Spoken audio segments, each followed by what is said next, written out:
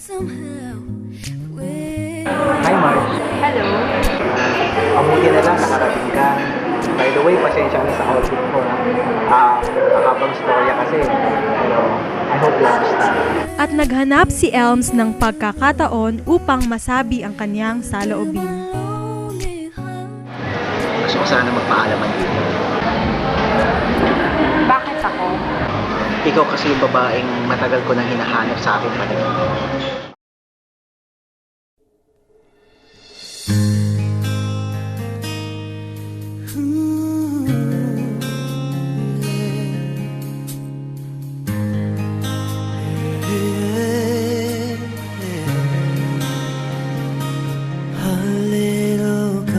Conversations are turning into little sweet sensations, and they're only getting sweeter every time.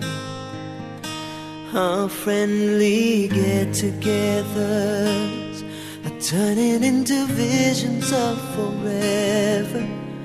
If I just believe this foolish heart of mine, I can't pretend that I'm just a friend, 'cause I'm thinking maybe we were meant to be.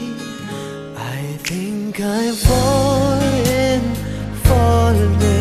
in love with you.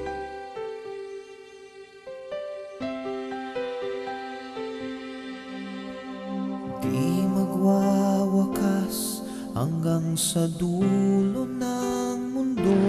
Nagpapasalamat ako sa Lord at ikaw ang binigay niyo sa akin. Ako rin naman eh. Naway patumayan ang ating pagmamahalan. Magpakailanman. Magpakailanman hindi magbabago ang sinisigaw nitong aking puso. Elms, Marge, nakakakilig naman ang inyong love story. Ano namang mensahe ang pwede niyong ibahagi sa ating mga manonood na nagbabalak ding pumasok sa isang relasyon na katulad ng sa inyo? Bago ba ako magsalita, pwede ba muna ako magpasalamat? Nagpapasalamat muna ako sa ating Panginoon at kung hindi dahil sa Kanya ay hindi magiging posible ang event na ito. I give thanks and praise to our Lord at siya kasi ang author ng aming pagmamahalan. And kung hindi dahil sa Kanya, ang lahat ng bagay na ito ay hindi rin magiging maganda at magiging successful. Pangalawa, nagpapasalamat kami sa aming mga magulang at kung hindi dahil sa kanila ay yung maayos na pagpapalaki sa amin, pagpapaaral at pag-aaruga at yung kung ano kami ay dahil rin po sa kanila, yung kanilang sakripisyo at paghihirap ay talagang lubos naming pinapasalamatan at salamat sa inyo po. At pangatlo, ang aming inaate ng church, ang Day by Day Christian Ministry, na kung saan una kaming ako na nakakilala sa Panginoon. Kung hindi rin po dahil dito, hindi ko rin po makikita itong aking nakatakdang pakakasalan na ako si Marge. At lahat pong iyon ay isa rin pong gift sa akin na mapupunta ako sa ministeryo ngayon. Gusto rin naming magpasalamat sa Yaman, Young Adult for the Ministry and the Nation. Sila ang nagbigay sa amin ng malaking bahagi sa aming buhay. Dahil maraming pagkakataon na malaki ang naitulong sa amin sa pamamagitan ng mga encouragement. At lumago ang aming spiritual na pamumuhay. At ganun din, maraming kaibigan na laging kumakalingat, madalas naming nalalapitan. Ang choir ministry, kung saan kami nagkakilala ni Elms, nagpapasalamat din kami sa kanila. Malaki din ang naitulong sa aming buhay sa paglapit sa Panginoon dahil sa ministry ito.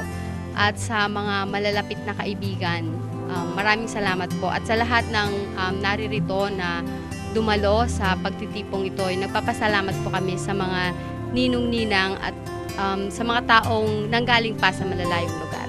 para naman po sa mga nagbabalak magpakasal at naghahanap ng partner sa buhay, maibabahagi lang po namin ay unahin niyo po muna ang Panginoon at alam po niya ang desire ng bawat puso po natin. Alam po naming ibibigay niya sa inyo ang talagang tadyang na bahagi ng iyong katawan. Siyempre, kung siya ang sentro, walang imposible para sa kanya. Maganda rin na makilala nyo mabuti ang isa't isa at laging ipanalangin ang bawat isa. At sa pagtatapos po ng aming munting sharing na ito, ang gusto po naming ibahagi ay hindi naman po talaga perpekto ang pag-aasawa. Alam po namin na sa mga darating na mga araw, may mga pagsubok po kaming susuungin. Siyempre, maaaring may konting tampuhan at may bati, galit. Ngunit alam namin na ang lahat naman pong ito ay may sasaayos. Basta gawin lang namin sentro ang Panginoon at ito po ay amin naman pong maayos. At kaya po sa mga naghahanap dyan, ipag-pray nyo po muna sila. At, maraming salamat po again at again we give thanks and praise the glory to our Jesus Christ. Amen. Ating natunghayan ang isang kabanata ng pagmamahala ni Elves at Marge. Naway nakapulutan natin ng aral ang kanilang mga ibinahagi. Elms at Marge, binabati namin kayo sa araw ng inyong kasal. Hangad namin ng inyong kaligayahan, ngayon, bukas at magpakailanman. Magpakailanman.